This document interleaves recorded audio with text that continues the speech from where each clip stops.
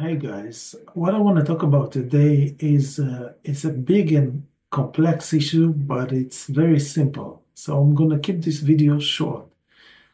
The message is going to be short and simple and clear. What we're seeing right now is a huge, wide sense of celebration, of joy and relief, and almost catharsis. People feel and act and talk as if this genocide has come to a beneficial and good and almost desirable conclusion. And this is a great, great moment. This is a great moment to look at things and see how we are colonized in our consciousness. Because what people are celebrating now is the graciousness, the benevolence, the generosity of the colonizer. This is what they are celebrating unknowingly. This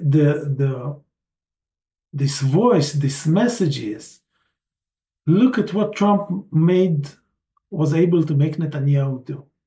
And now we have a deal and this genocide is going to be over. And so we are happy. My point is, when you are part of an oppressive system, an oppressive regime, the only time you're allowed this kind of joy is when you achieve equality in terms of power. When you have the same power and the same influence as your oppressor and colonizer, then you're allowed to experience and express this kind of joy. Not when they are so-called supposedly generous enough or benevolent enough or for their own considerations agree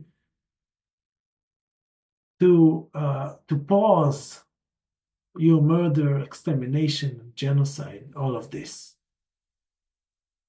We are not supposed to be celebrating now.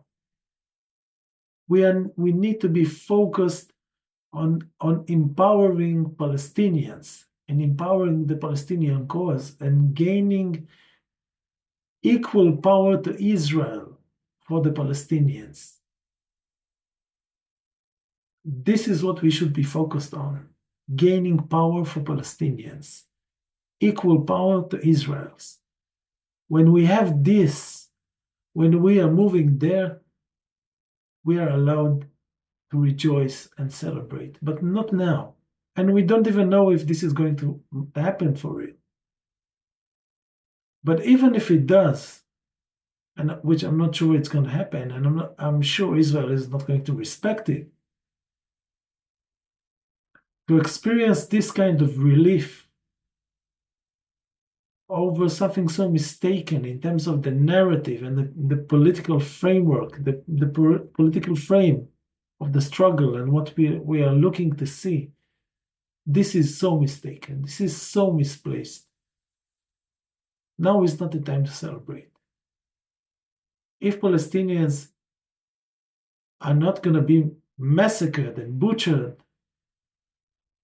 it is, of course, a good thing. This is something we want. But what we really want is a free Palestine and free Palestinians and justice for Palestine.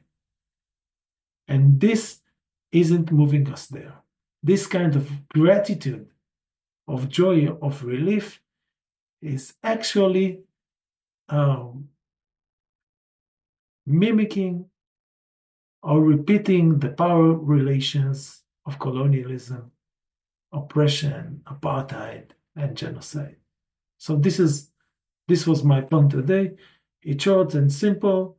And if you want to read my full reasoning for this, you can follow the link in the description to my Substack article about this, which explains this point in a little more detail and gives a historical background to this. But basically, this is my point.